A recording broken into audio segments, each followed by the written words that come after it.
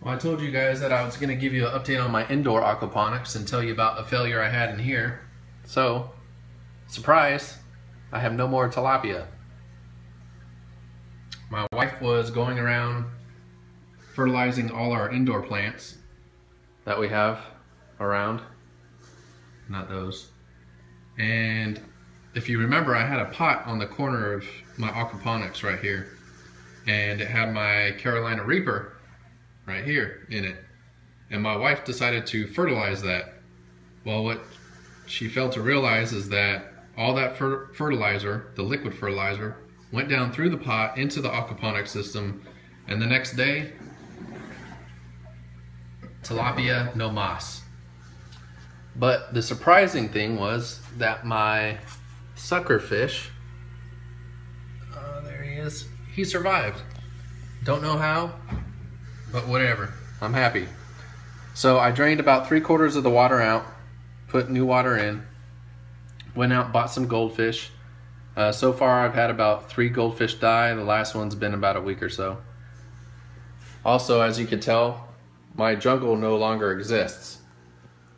I'm not too worried about the nitrates building up, because when I had such a huge jungle and a large amount of fish in there that my nitrates were actually pretty low.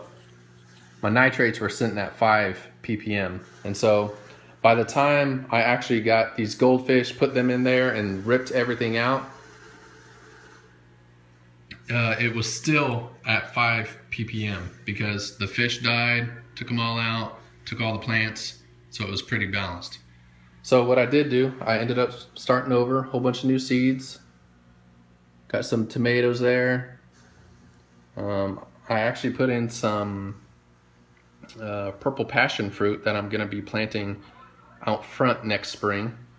A bunch of lettuces, some more basil, and this is that Carolina Reaper I was talking about. He's doing good now. Nice super green, lush growth. And then I just left these basils in here since it's, well, this one basil I should say, just to do its thing to suck up any nitrates that these fish down here, the goldfish, are producing before I get all these guys up and running. Once all these guys are up and running and I plant them individually throughout the bed, I'll pull this guy out. I really haven't had any problems other than that. The system's been running for, I want to say about a year, a good solid year or more now, at least, and everything's going good. If you have any questions, let me know.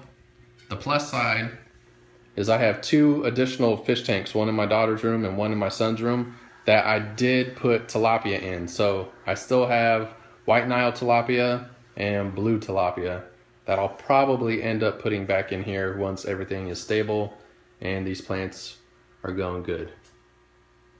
See you guys later.